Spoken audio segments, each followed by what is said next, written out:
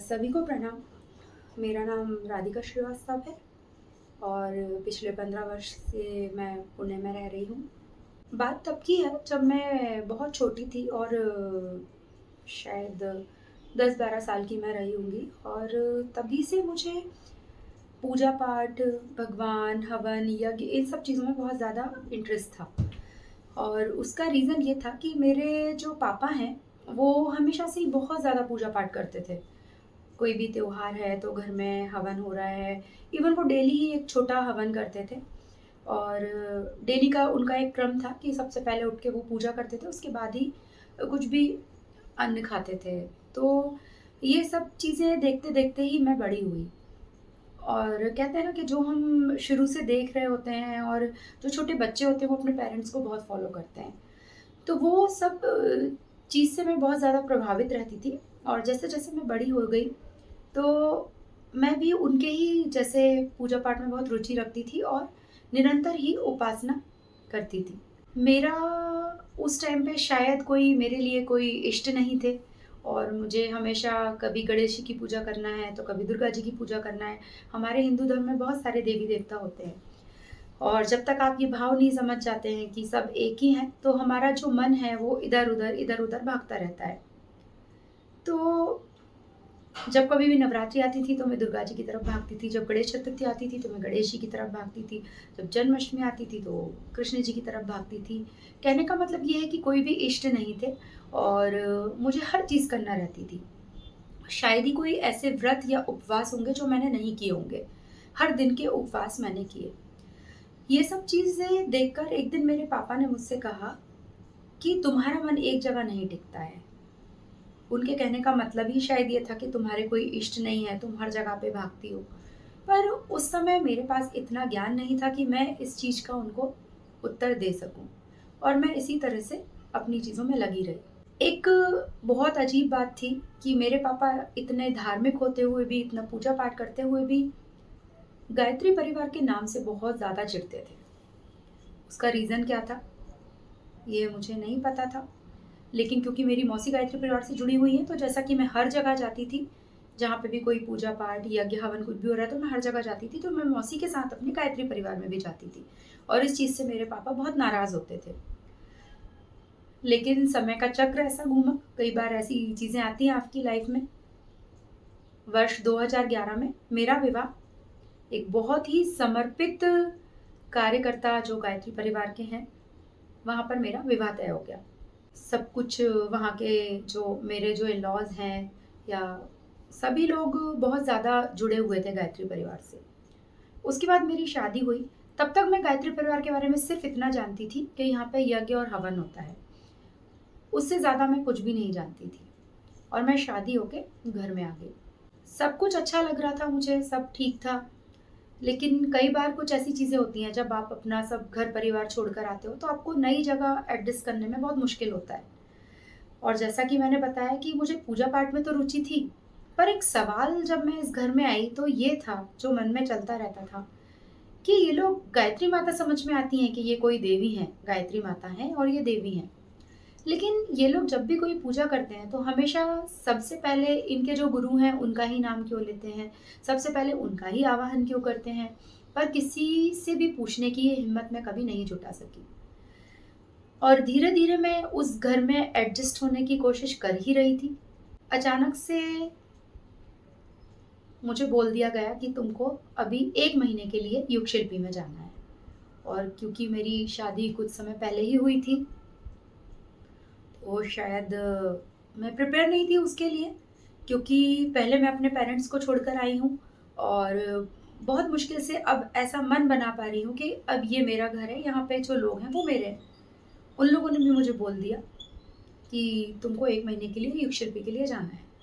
तब मुझे कुछ ज़्यादा पता नहीं था। मुझे बहुत गुस्सा आया, मुझे बहुत बुरा लगा कि ऐसे कैसे? जब मैंने बोला भी कि नहीं मुझे नहीं जाना है या मैं फिर कभी चली जाऊँगी। तो सब कुछ हो चुका था, मेरा रिज़र्वेशन करवा दिया गया था और सब डेट वग़ैरह सब कुछ निश्चित हो गई और ये बात है शायद 28 या 30 जुलाई की। शांतिकुंज में जो एक शिविर होता है युग शिल्पी सत्र, वो 1 महीने का शिविर होता है और जो कि 1 अगस्त से लेके 30 अगस्त तक वहाँ पे था। मैं, मेरी सासू माँ और मेरी बुआ सास, हम तीनों शांति कुंज चले गए। वहाँ मुझे अच्छा लगा। बहुत अच्छा वहाँ का जो वातावरण था, सुबह उठने का जो रूटीन था, सब कुछ अच्छा था। बस जो अच्छा नहीं था, वो मन में बार-बार एक सवाल कि क्या सच में मेरी इच्छा की कोई इम्पोर्टेंस नहीं है? जब मैं यहाँ नहीं आना चाहती थी तो मुझे कोई क्यों लेकर आया? मुझे उधर पे मैं सारी चीज़ें करती थी पर मुझे किसी भी चीज़ में मन नहीं लगता था। और मैं जब भी अकेली होती तो मैं फूट-फूट के रोती। वहाँ से जब भी मेरे हस्बैंड का मुझे फ़ोन आता तो मैं सिर्फ़ रोती, उनसे कोई बात नहीं करती। जब मेरे हस्बैंड ने मेरे ससुर जी को बताया कि राधिका बहुत रोती है फ़ोन पे, उसको आना है, उसको वहाँ पे नहीं रुकना है। तो पिताजी ने कहा कि बेटा वो कितना भी रोए, लेकिन हमको कोशिश करना है कि वो 1 महीने जैसे भी है वहाँ पे समय निकाले। तो ऐसे ही समय चलता रहा। मैंने 1-2 बार अपने हस्बैंड को बोला भी कि प्लीज़ मुझे यहाँ से ले चलो, मुझे अच्छा नहीं लगता है। तो बोलते हैं ना जब आप खाली हो जाते हो तभी आप भरते हो। उस दिन जब इन्होंने भी मेरी बात नहीं मानी, उस दिन मैं बहुत अकेली हो गई। मुझे ऐसा लगा कि शायद इस दुनिया में कोई भी नहीं है मेरा। कोई ऐसा नहीं जो मेरे मन की व्यथा समझ सके, जो ये समझ सके कि मैं क्या चाहती हूँ और मैं क्या नहीं चाहती। उस दिन मैं बहुत दुखी थी। उस दिन मुझे बहुत खराब लग रहा था। उस दिन मैंने दिन भर खाना भी नहीं खाया। मेरी जो बुआ सास थी, उनका शुरू से मुझसे शायद बहुत ज़्यादा लगाव रहा है। उनको ये बात बहुत खराब लगी कि आज इस बच्ची ने खाना भी नहीं खाया है और उन्होंने मुझे समझाया कि बेटा मैं तुम्हारी मनस्थिति समझती हूँ और ऐसा नहीं करना है बेटा, अगर तुम ऐसा करोगी तो हम सबको भी बहुत दुःख होगा। उन्होंने बहुत कोशिश की, मैंने खाना नहीं खाया। रात को 8 साढ़े 8 बज गए। तब तक हमारा जो माताजी का भोजनालय है वो भी बंद हो जाता है। तब मेरी बुआ सास ने मुझे फिर से बोला कि बेटा जो भी हो तुम बस हमारे लिए जाओ, है ना? तुम्हारे मम्मी-पापा को पता चलेगा तो कितने दुखी होंगे। तुम जाओ और ऊपर कैंटीन है, वहाँ पे जाओ। उन्होंने मुझे पैसे दिए और बोले उस कैंटीन में जाओ बेटा, जितना भी थोड़ा बहुत भोजन करना है वो भोजन कर लेना। मैं बहुत ही अनमने मन से उस कैंटीन में गई और मैंने वहाँ पे कूपन दिया। जब तक भोजन की थाली लग रही थी, मैं अकेली वहाँ पे चुपचाप बस मौन बैठी हुई थी। मेरे अंदर उस टाइम शायद कुछ सवाल भी नहीं बचे थे सिवाय एक सवाल के कि क्या सच में कोई भी मेरा नहीं है? क्या सच में कोई मुझे नहीं समझता है? बस यही सब चीज़ें मेरे मन में चल रही थी और मैं भोजन का इंतज़ार कर रही थी। सामने एक बहुत ही बड़ा पोस्टर लगा हुआ है शांति कुंज में, जिस पे गुरुदेव बने हुए हैं और उस पे लिखा हुआ है अंतिम संदेश, जो कि गुरुदेव ने अपने आखिरी वक़्त में लिखा होगा। और जस्ट ऐसे ही बैठे-बैठे उस संदेश को पढ़ने लगी। शायद 3 से 4 लाइन ही पढ़ पाई होंगी और आँखों से अश्रु की धारा बहने लगी। इतना रोई, इतना रोई, इतना रोई कि ऐसा लगा जैसे सब कुछ मिल गया या सब कुछ जो पुराने जो नेगेटिव विचार थे, जो एक सोच थी कि कोई नहीं है, उन आँसू के साथ वो भी धुल गया। और उस पल को लगा कि कोई है। कुछ टाइम तक जो मैं सोचती थी कि कोई नहीं है, उन 4 लाइनों को पढ़ने के बाद लगा कि कोई है, जो सिर्फ़ मेरा है, जो मेरा ध्यान रख रहा है, जो मुझसे बहुत प्रेम करता है। और मेरी आँखों से आँसू रुक ही नहीं रहे थे। जो बाबूजी खाना लेकर आए मेरे पास में कि लो बेटा, उन्होंने देखा कि मैं इतना रो रही हूँ, उन्होंने मुझे पूछा कि बेटा क्या हो गया? आप क्यों रो रहे हो? आप अकेले आए हो क्या? क्या हो गया? आप मुझे बताओ। पर मेरे मुँह से कुछ शब्द ही नहीं निकल रहे। शायद यही वो पल था जब मैं ये जान पाई कि क्यों सर्वप्रथम गुरुदेव का आह्वान किया जाता है, क्यों सबसे पहले प्रथम इनको ही प्रणाम किया जाता है। क्योंकि कुछ था जो मिल गया था और जो मिला था वो ऐसा था जिसको शायद उसके बाद कभी भुलाया नहीं जा सका। ये बात शायद 18 या 19 अगस्त के आस-पास होगी और चूँकि शिविर शिविर जो था वो 30 अगस्त तक था। आगे के 10 से 12 दिन बहुत बहुत अच्छे निकले। वहाँ पे बहुत कुछ सीखने को मिला और हर जगह पे जहाँ पे भी जाती थी, किसी क्लास में या जब के लिए या कहीं पे भी जिन सारी चीज़ों में जाती थी, तो वहाँ पे हर जगह पे गुरुदेव नज़र आते थे। ऐसा लगता था मेरे आस-पास ही चल रहे हैं, बस हर जगह वही दिखाई देते थे। मैं बहुत खुश हुई और इसी तरह से मैंने युग शिल्पी का सत्र पूरा कर लिया। मैं वहाँ से आई तो मेरा जीवन पूरी तरह से बदल चुका था। मुझे एक बात बहुत अच्छी तरह से समझ में आ गई थी कि ये जो बचा-खुचा जीवन है वो किसका है। और क्योंकि मेरे हस्बैंड बहुत ज़्यादा समर्पित है गुरुदेव के लिए, तो पुणे में बहुत सारी गतिविधियाँ चलती रहती हैं और उनके साथ मैं भी इन्वॉल्व हो गई। मैंने बहुत सारी चीज़ें उनसे सीखी, कर्मकांड सीखा, तबली बजाना सीखा। इन सब चीज़ों के चलते मैं थोड़ा-थोड़ा सा गुरुदेव का काम करने लग गई। और उस टाइम में सब कुछ बस ऐसा था कि कभी कुछ छोटी-मोटी कठिनाइयाँ कोई या बड़ी कठिनाइयाँ जीवन में आई, तो ऐसा लगा कि बस गुरुदेव ने हाथ थाम लिया। ऐसे चलते-चलते क्योंकि चूँकि मेरी जो शादी है वो वर्ष 2011 में हुई थी, 7 साल तक हमारे पास कोई संतान नहीं थी। एक चीज़ ऐसी हुई कि जब मेरे पापा ने ये देखा कि ये गायत्री परिवार से और बहुत ज़्यादा जुड़ गई है, तो मेरे घरवालों को ये बहुत चिंता होती थी कि अभी तक कोई संतान नहीं है, कोई संतान नहीं है। और एक चीज़ मेरी तरफ से हमेशा मेरे मम्मी-पापा को मेरे जो मम्मी-पापा हैं वो मेरे लिए दोस्त के समान ही हैं। मैं उनसे उसी तरह से बात करती हूँ जैसे कोई भी अपने दोस्त से बात करता है। तो मैंने अपने मम्मी-पापा को ये क्लियर करके रखा था कि मेरे लिए जो कुछ भी है वो गुरुदेव हैं। अगर वो देना चाहेंगे तो देंगे, नहीं देना चाहेंगे तो नहीं देंगे। तो मेरे मम्मी-पापा मुझसे ये बात कहने से डरते थे, वो चाहते थे कि हम किसी ज्योतिष को दिखाएँ या हम किसी बाबा के पास जाएँ या हम कोई ऐसा क्रम करें जिससे कि हम हमारे घर एक छोटी-सी संतान आ जाए। लेकिन मेरे पापा बहुत अच्छी तरह से जानते थे कि ये इस तरह से नहीं मानेगी। एक दिन मेरे पापा ने घुमा-फिरा के मुझसे एक चीज़ बोली कि बेटा मेरे जो हस्बैंड ने उनके लिए बोला कि बेटा रोहित की कुंडली में जो है वो एक दोष है, हमारे एक पंडित जी ने बताया है। तो तुम इसके लिए अगर एक उपाय उनने बताया है, अगर तुम ये करोगी ना बेटा तो उनके लिए बहुत अच्छा रहेगा।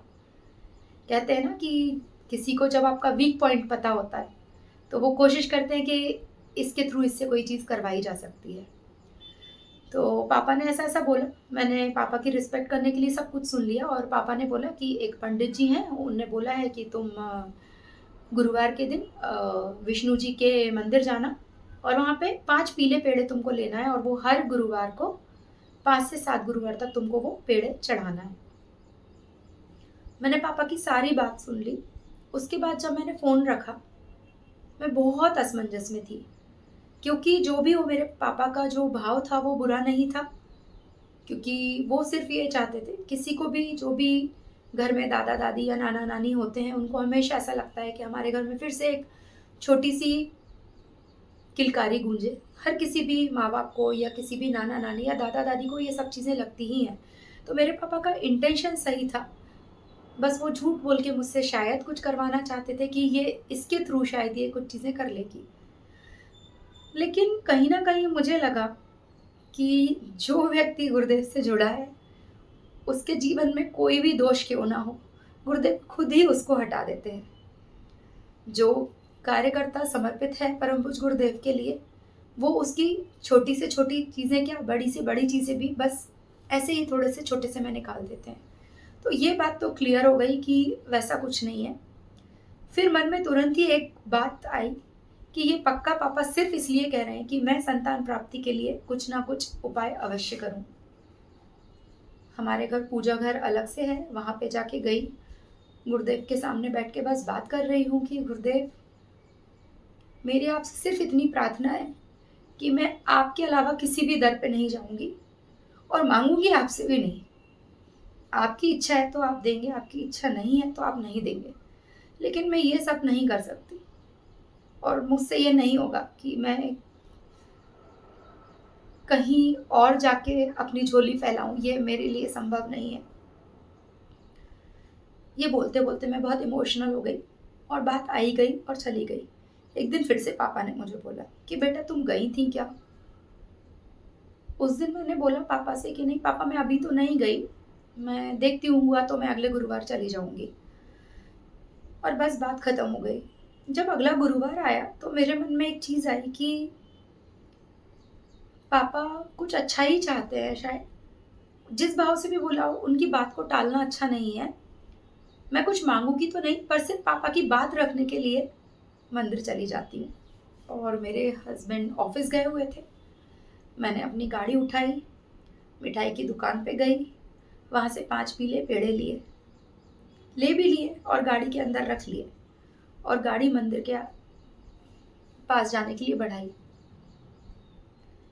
पता नहीं अचानक से क्या हुआ, गाड़ी अपने घर की तरफ लौट आई। वो पेड़े घर पे लाके रख दिए साइड में और फिर गुरुदेव के पास आके क्षमा मांगने लगी। गुरुदेव मुझे माफ़ कर देना, मैंने अपने पापा की बात नहीं मानी। लेकिन मैं कभी भी किसी और दर पे अपना माथा नहीं टिका सकती कुछ मांगने के लिए। तो हो सके तो मुझे क्षमा कर देना। मैं अपने पापा की रिस्पेक्ट करती हूँ लेकिन मैं ये सब नहीं कर पाऊँगी। मुझे हिम्मत दीजिए कि मैं सच का सामना करने के लिए हमेशा तैयार रहूँ। और जब उस दिन फिर से मेरे पापा का फ़ोन आया तो मैंने पापा से बोल दिया कि नहीं मुझे ये सब कुछ नहीं करना है, जो होगा गुरुदेव करेंगे। अगर इनकी कुंडली में कोई दोष भी है तो गुरुदेव उसको सँभालेंगे, मैं ये सब कुछ नहीं कर सकती। कुछ समय बाद हमारे जीवन में कुछ अजीबो-गरीब घटनाएँ घटने लगी। हम लोग हर साल ही शांति कुंज जाया करते थे। हर एक वर्ष में, कई बार वर्ष में 2 बार भी शांति कुंज जाया करते थे। लेकिन हमेशा हम लोग पूरे पुणे ग्रुप के साथ जाया करते थे। बात है वर्ष 2018 की। उस दिन मैंने इनको बोला कि मेरे हस्बैंड को बोला मुझे शांति कुंज जाना है। इनके पास छुट्टियाँ नहीं थी। इनने बोला कि अभी तो पॉसिबल नहीं है। मैंने इनको बोला चाहे जो भी हो मुझे अभी ही शांति कुंज जाना है। इनके लिए बहुत मुश्किल था क्योंकि सच में छुट्टियाँ पॉसिबल नहीं थी।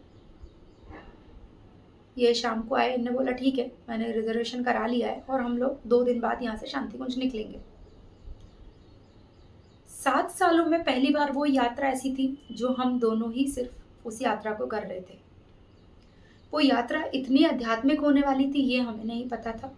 हम हर वर्ष शांति कुंज जाते रहे पर कभी ऐसा नहीं हुआ जो इस बार हुआ। इस बार पता नहीं क्या गुरुदेव ने जो प्रेरणा दी, हम जहाँ भी जाते वहाँ के जो वरिष्ठ लोग हैं, हमें कोई भी मिल जाता और हमको खुद से ये बुला के बोलते कि आज हमारे पास आओ, हम तुमको कुछ अच्छी बातें बताएँगे, आज हमारे पास आओ बैठने के लिए। हर कोई जो भी वरिष्ठ वहाँ पे हमें मिलता वो हमें बोलता कि तुमको कुछ बातें बताना है, तुमसे कुछ बात करना है। और हम जिनके पास भी जाते हमको गुरुदेव के बारे में इतनी अच्छी-अच्छी चीज़ें सुनने मिलती कि गुरुदेव के प्रति और भी मन श्रद्धा से भर जाता। और उनकी प्रेरणा से उस टाइम पे हमने बहुत सारे संतों की तपस्थली जो थी वहाँ पे हम लोग दर्शन करने गए। हम लोगों ने शांति कुंज में रह के पूरा 1 हफ्ते तक जगह-जगह पे जप किया, साधना की, सब कुछ। एक वातावरण ऐसा बन गया था कि हमारा मन सिर्फ़ उसमें ही लग रहा था। उसके बाद हम शांति कुंज से लौट के आ गए।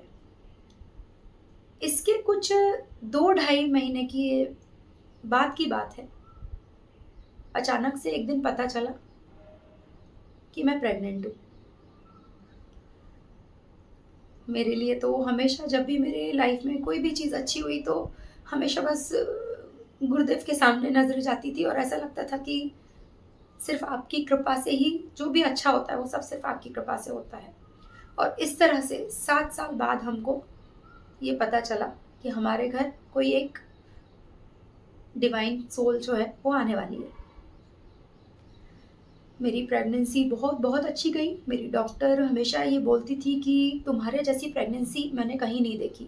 जब उसको हमने गायत्री परिवार के बारे में, गुरुदेव के बारे में बताया, तो वो भी बहुत शॉक्ड हुई और वो ये डिफ़रेंस कर पा रही थी कि सच में जब आप एक डिवाइन जर्नी की तरफ बढ़ते हो, तो आपकी लाइफ़ कैसे दूसरे लोगों से अलग होती है। बहुत ही अच्छा मेरा जो 9 मंथ का पीरियड था वो बहुत अच्छा रहा, लेकिन अचानक से एक बात हुई, मेरा 8th मंथ जो लगा था, 8 मंथ में जब मैं डॉक्टर के पास गई, ये बात है 6 नवंबर 2018 की, और मेरी जो डिलीवरी डेट थी, वो थी 18 दिसंबर 2018। जब मैं डॉक्टर के पास गई 6 नवंबर को, तो डॉक्टर ने बोला कि थोड़े कॉम्प्लिकेशंस हैं और हम 1 महीने वेट नहीं कर सकते हैं। तो आप अपने घर में बात कीजिए, जैसा भी पॉसिबल होगा। हम लोग 10 से 12 दिन बाद जब भी आपको लगे, आपको कोई खुद से ये डेट डिसाइड करना है कि कब करना है, तो हमको ऑपरेट करना पड़ेगा। गुरुदेव पे विश्वास था, सब अच्छा होगा, किसी तरह की कोई टेंशन नहीं थी। हम लोग घर वापस आ गए। हमने अपने माँ-पिताजी से बात की कि डॉक्टर ऐसा-ऐसा बोल रहे हैं कि आप अपने हिसाब से जो भी डेट आपको सही लगती है, उस डेट पे आप ऑपरेशन करा सकते हैं। उस दिन मेरे ससुर जी ने मेरे पापा को फ़ोन किया कि भाई साहब इस तरह की चीज़ें हैं और डॉक्टर ऐसा बोल रही है, तो आप किसी पंडित जी को दिखा लीजिए और पूछ लीजिए कि कौन-सी डेट सबसे अच्छी रहेगी। और हम भी जब तक शांति कुंज में किसी को फ़ोन करके पूछ लेते हैं, या हम भी किसी और पंडित जी को भी पूछ लेते हैं कि किस डेट पे जन्म सही रहेगा। शायद मेरी आदत है, मैं बहुत जल्दी इमोशनल हो जाती हूँ, और बस जैसे ही ये सारी बातें सुनी, किसी के सामने कुछ बोलने की हिम्मत नहीं थी। फिर से अपने पूजा घर के सामने जाती हूँ और गुरुदेव से प्रार्थना करती हूँ, रोते-रोते कि गुरुदेव, मेरे जीवन में जो अभी हो रहा है या जो आगे होगा, मुझे सिर्फ़ और सिर्फ़ आपके नाम का ही टैग चाहिए। मैं ये कभी नहीं चाहती कि कोई आके बोले कि अरे वो पंडित जी ने जो डेट बताई थी, उस डेट पे जो है वो संतान हुई। मेरी सिर्फ़ आपसे इतनी प्रार्थना है कि मुझे आपके दिन पे, जो कि गुरुवार है, मुझे आपके दिन पे ही मेरा जो आने वाला बच्चा है, आपके ही दिन पे चाहिए, और आपके ही नाम का टैग चाहिए कि ये परम पूज्य गुरुदेव की कृपा से संभव हुआ है। ऐसा-ऐसा करके मैंने अपनी पूजा समाप्त की और मैं बाहर आ गई। पापा और पिताजी रोज़ ही ये सारी बातें कर रहे थे, चूँकि डॉक्टर ने बोला था कि डिलीवरी जो है 20 तारीख के बाद ही करेंगे। समय ऐसा निकलता जा रहा था, बस रोज़ जब भी पूजा में जाती, हमेशा गुरुदेव को बोलती कि गुरुदेव, ध्यान रखना मेरी भावनाओं का। और सच में एक दिन ऐसा हुआ, डॉक्टर ने बोला था 20 तारीख के बाद ही डिलीवरी करेंगे। बात है 15 नवंबर की। मैं एकदम ठीक थी, मुझे किसी तरह की कोई समस्या नहीं थी। अचानक से मेरी थोड़ी-सी तबीयत खराब हुई। मुझे थोड़ा अनईज़ी लगा। मेरे हस्बैंड ऑफ़िस में थे, मैंने उनको कॉल किया कि आप घर आ जाओ, और ये घर आए। मैंने डॉक्टर को फ़ोन किया, डॉक्टर ने बोला कि तुम तुरंत हॉस्पिटल में पहुँचो। 15 नवंबर 2018 मैं हॉस्पिटल में गई और मुझे 6 घंटे बाद ऑपरेशन थिएटर में ले जाया गया। उस दिन एक बहुत अच्छी चीज़ जो हुई, जो कि कितना ही मैं इतने टाइम से पूजा-पाठ से, अध्यात्म से, गुरुदेव से, सबसे जुड़ी हुई हूँ, पर मेरा कभी ध्यान नहीं लगता था। मैं बहुत कोशिश करती थी कि मैं मेडिटेशन करूँ, पर मेरा ध्यान कभी नहीं लग पाता था। और जिस दिन मैं ऑपरेशन थिएटर में गई, वहाँ की जो नर्स थी, मैंने उसको रिक्वेस्ट किया कि प्लीज़ आप गायत्री मंत्र प्ले कर दीजिए। उसने वहाँ पे गायत्री मंत्र चला दिया, और जो कि एक ध्यान होता है, जो हम सभी को पता है कि जब हम ध्यान करते हैं कि हम शांति कुंज गए हैं, हम सबसे पहले शांति कुंज पहुँचते हैं, फिर वहाँ से हमें प्रखर प्रज्ञा के दर्शन होते हैं। तो इस तरह से मैं ध्यान कर रही थी, और मेरा उसके पहले या उसके बाद आज तक भी इतना ध्यान कभी नहीं लगा, जो उस दिन जो ध्यान लग गया, जो परम पूज्य गुरुदेव माता जी दिख रहे हैं, कब ऑपरेशन हुआ, क्या हुआ, कुछ भी नहीं पता चला। और परम पूज्य गुरुदेव और वंदनीय माता जी की कृपा से हमारे घर नन्ही सी गायत्री माता आई। डॉक्टर ने मुझे बताया कि बेबी गर्ल है। मैंने सुना, जब मैंने सुना उसके 2-3 मिनट बाद मुझे ये याद आया, आज तो गुरुवार है, और मेरी आँखों से अश्रु की धारा फिर से बहने लगी, और सिर्फ हर जगह गुरुदेव माता जी दिखाई देते। डॉक्टर्स मुझे पूछ रहे हैं, क्या हुआ, क्या हुआ, क्यों रो रहे हो, कुछ तकलीफ है, तुमको कुछ प्रॉब्लम है, कुछ तो बोलो, कुछ प्रॉब्लम हो गई है। कुछ नहीं, एक भी शब्द मेरे मुंह से नहीं निकला। और ये वो दिन था, जैसे कि हर किसी के जीवन में ये क्षण आता है, और अनेकों अनेक बार जब आप किसी सदगुरु से जुड़ जाते हैं, आपके जीवन में अनेक ऐसी चीज़ें आती हैं, जब आपको हर पल पर ये एहसास होता है कि आपके साथ आपके गुरुदेव हैं। तो ये वो दिन था, जहाँ गुरुदेव ने मेरी भावनाओं का पूरा ध्यान रखा, और इस तरह से मेरे घर जो माता गायत्री आई, वो गुरुवार के दिन आई। मैं सिर्फ इतना ही कहना चाहती हूँ कि हर विपदा से रक्षा करके जीवन की डोर संभाली है। तेरे उपकारों का गुरुवर रोम रोम आभारी है, रोम रोम आभारी है।